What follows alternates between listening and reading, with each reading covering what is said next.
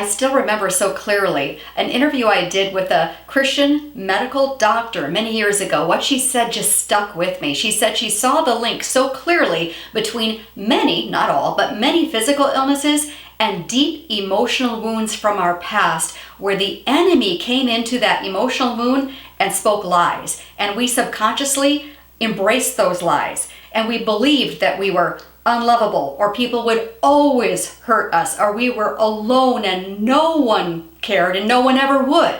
We suddenly started to believe those lies. And make no mistake, the enemy, Satan, is the father of lies. Jesus says that in John 8:44, that he's the father of lies. So he comes into those wounded places where something really hurtful did happen, but he speaks a lie that, again, we subconsciously embrace and take in.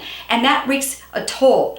It wreaks havoc with our physical body. Often we suffer debilitating anxiety, and maybe that anxiety then shows up with arthritis or fibromyalgia or whatever. And I'm not saying that all illness is caused by these deep emotional wounds where the enemy came in and spoke a lie, but how many illnesses really are caused by that? Or if it isn't an illness, is it a dysfunctional behavior that you took on because you believe that no one would ever love you? And now you're maybe even self-medicating that pain with overeating or spending too much or doing drugs or alcohol or whatever, right? See all the vicious circles that we get into here?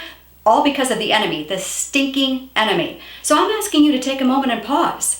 What lie have you believed from a deep emotional wound of the past? What lie have you believed about that? That you were always going to be alone? That no one would ever care about you? That life was too scary and circumstances were out of control and God was not for you at all? I mean, what lie have you believed?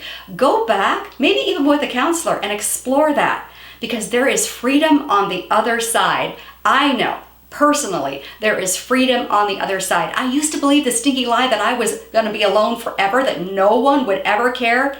That was a lie from the enemy. I don't believe that anymore. In fact, God says He is with me always.